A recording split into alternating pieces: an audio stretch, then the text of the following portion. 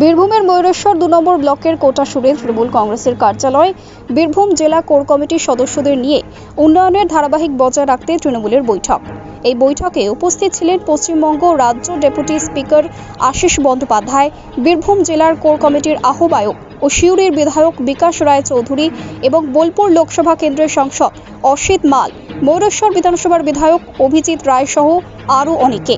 শুক্রবার বেলা 12টা থেকে দুপুর প্রায় 2টো পর্যন্ত এই বৈঠক চলে কোটাসুরে তৃণমূলের দলীয় কার্যালয়ে।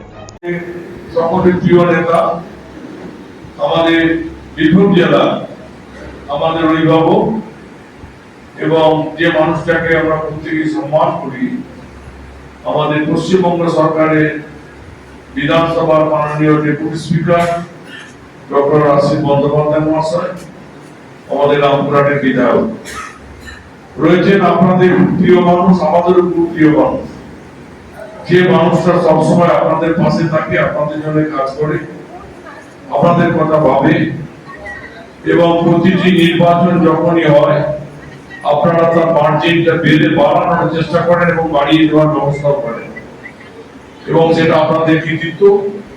সেই মানুষটা হচ্ছে আপনাদের বিধায়ক এবং আপনাদের সমস্ত সুখে দুঃখের সাথী অভিজিৎ আমাদের রায়, আমাদের খুবই গুরুত্বপূর্ণ একজন বিধায়ক রয়েছে। আমাদের গত কয়েক মাস হয়েছে আমাদের সভাপতি ঘাঁটি বিগত দিনে যাদের ছিল বলে জাহির করত, গত লোকসভা নির্বাচনে তাদের বুঝিয়ে দিয়েছেন সেই ঘাঁটি আর তোমাদের নেই। এই ঘাঁটি হচ্ছে তৃণমূল কংগ্রেসের ঘাঁটি, এই ঘাঁটি হচ্ছে মমতা ব্যানার্জির ঘাঁটি, অভিষেক ব্যানার্জির ঘাঁটি। আমরা একটা কথাই বলবো, বিভিন্ন একটা সিচুয়েশনের মধ্যে আমরা চলেছি। সেটা হচ্ছে আপনারা জানেন আরজি কর নিয়ে একটা রাজনীতি হচ্ছে।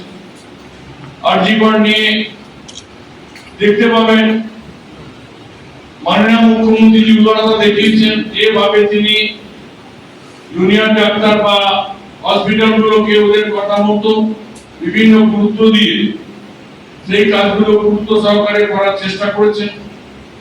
কিন্তু কিছু কতিপয় মানুষ যারা সারা বছর মানুষের সঙ্গে থাকে না, গলা জলে মাছ ধরার পরিকল্পনা নিয়ে তারা কিন্তু ময়দানে নেমেছে। কিন্তু বাংলার মানুষ ওদের বিশ্বাস করে না, বীরভূমের মানুষ ওদের বিশ্বাস করে না এবং সেটা প্রমাণ হয়ে গেছে মমতা ব্যানার্জির উদারতা কতটা। বাংলার